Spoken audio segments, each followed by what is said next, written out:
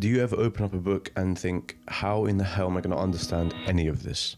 You just read the first page and it's all gibberish, and you think there's no way that you'll be able to continue on and understand anything. Your worry ends there because there's a technique that is not really talked about a lot here on YouTube or Instagram or anywhere else. And this is a technique that can actually help you get through hard books with that confidence and without feeling like you can't face them. It's called superficial reading, and I'll get into the details a bit later, but there's a few important principles that you first have to accept before you move on. And you might sit there thinking, well, superficial reading, isn't that a bad thing? Well, yeah, most of the time it is. To read a book superficially is not good. It means we don't dive into the insight and we don't get a deeper understanding of what it has to offer. But in this case, it's actually a good thing. So for dealing with tricky books, which is what this technique is about, you take this word, superficial, you'll spin it on its head and you'll make it an advantage. You'll see that there are some cases where being superficial is actually amazing for your comprehension, and it helps you then approach it later on with more confidence. I'd cut to the chase and get straight to it, but this actually is important. In order for us to apply superficial reading properly, we have to understand this concept and accept it and become familiar with it. When you approach a difficult book, it's not only okay to lower your expectations, but you probably should. I don't mean the expectations of the book, I mean you should lower what you expect to receive from it. Because realistically, if we're approaching a book like something from Nietzsche or Ulysses by James Joyce, or any of these notoriously difficult books like Infinite Jest or all these other ones you hear, you cannot really expect to take all the understanding out of the book in the first go. It's just impossible. A lot of us approach these books thinking that we're going to be able to understand them because we'll take it slow, we'll take it easy. And depending on how good of a reader you are, that might be true. You might be really good at capturing the essence of it. But for most of us, it's not going to be possible. We're going to approach it thinking with overconfidence maybe, and then be disappointed when we realize we don't learn that much. So the mindset shift we have to adopt when you know a book is hard is that you can approach it with little in mind. You can say, I probably won't understand most of this, but that's okay. It's okay to not understand all of it. And even if you approach it with the aim of knowing 5% or 10% by the end of the book, then that's okay in itself. That's a lot learned, and it's a good first attempt. You have to get to the end knowing that you've left a lot behind, and there's a lot still to be read, still to be reread, and there's a lot of insight waiting for you. If you're a perfectionist like I was, I had this mindset that if I approached a book, I would have to understand everything. And looking back, it doesn't make any sense. Why? Why do I have to understand everything? I don't know. Because you always get the chance to reread it, and you always get the chance to go over what you know, go over what you don't know, patch up holes in your understanding, all these things. And all these things are so valuable for having not only a happy reading life, but a sustainable one. One that is where you're not beating yourself up in the process, and you can actually enjoy the reading without feeling angry at yourself that you didn't understand everything. Reading should be rewarding. And if you're constantly self-flagellating because you maybe didn't understand a paragraph or there was a part that you didn't get, then it's going to be almost a torture experience for us. Because we're approaching it thinking, oh, this is going to be terrible, this is going to be hard, and we're not going to get anything. If we change that mindset and think, actually, it's okay. It's okay that you don't understand everything. I'll get it next time. Because that's what reading is about. It's about developing ourselves, it's about growing, and it's about getting better at the skill through practice. And always remember, you'll be able to reread these books. I know I said that just before, but it's really important. You don't get to the end and the book burns up and you can never see it again. You can always reread it. So even if you didn't understand anything, which is an exaggeration, but even if you didn't understand a single word in the book, you will be able to go back and reread it.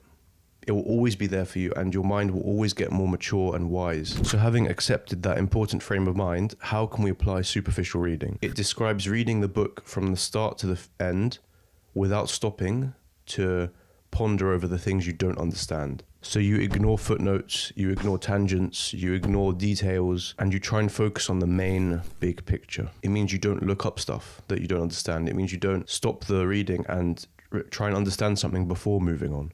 It means you don't use commentaries and you don't use help on the way. And this might sound crazy to you. It might sound like it's so counterintuitive, and it is. It really is weird at first, but you'll see where this is going, and you'll see that it does help, and it will lay the foundation for a better, more productive reading later on. So yes, understand what you can. If you don't understand it, just move on and get to the very end. And when I say read the book from start to finish, I don't mean in one sitting, obviously. I mean just to keep that momentum going. So why does this crazy technique work? Why does this counterintuitive idea actually help you read hard books? Well, it allows you to have that confidence to get to the very end and to see the bigger picture. And the bigger picture, I'll be saying that a lot, by the way, now, it's everything. This is what the technique is about, seeing the bigger picture. If we get to the end without stopping to look up the details and to understand things, we don't lose sight of the bigger picture. We don't lose sight of the main running theme of the book. If we were to stop and look up commentaries and read all the footnotes and really pause and delay ourselves over one point in the book, if we keep doing that, which we will because it's a hard book, if you keep doing that, you're going to slow down and your momentum will be killed, and that will make you lose sight of everything else, the main idea of the book. It's like this famous saying, if you study the trees too closely, you lose the forest. And that's exactly what's happening here. Superficial reading means we maintain that momentum and we maintain that confidence, and we can get to the end without being lost or bogged down in the details, which may not matter as much as the bigger picture. And that's if we get to the end.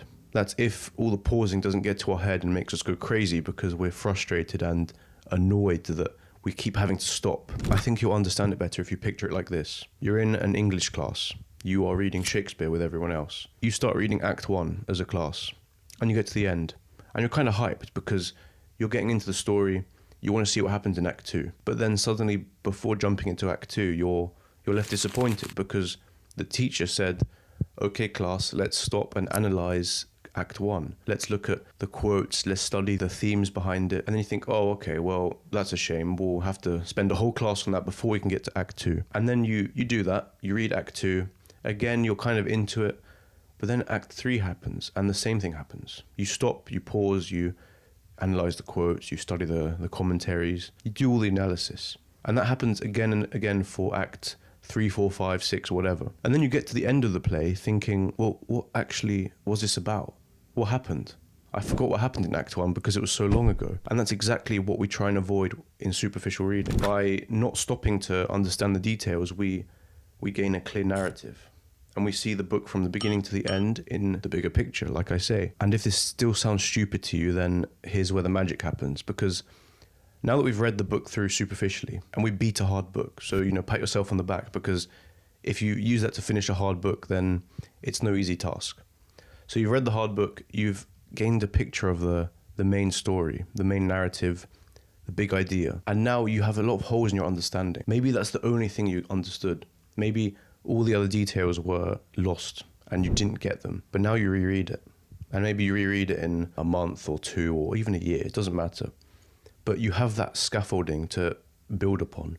You have that main idea that you can stitch the other ideas to. And because you didn't stop and actually finished it, you have all of it. And you can just reread it, go through, and see how everything else connects to it again. The details you missed before become easier to understand because you now understand the main narrative of the book. I want you to take that and apply it to a difficult book that you've been putting off.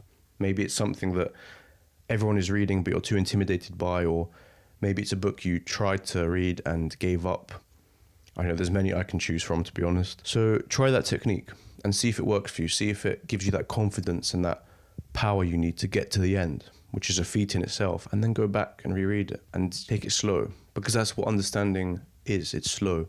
And especially with hard books, it comes with a battle and you need to really fight for it and be patient with yourself.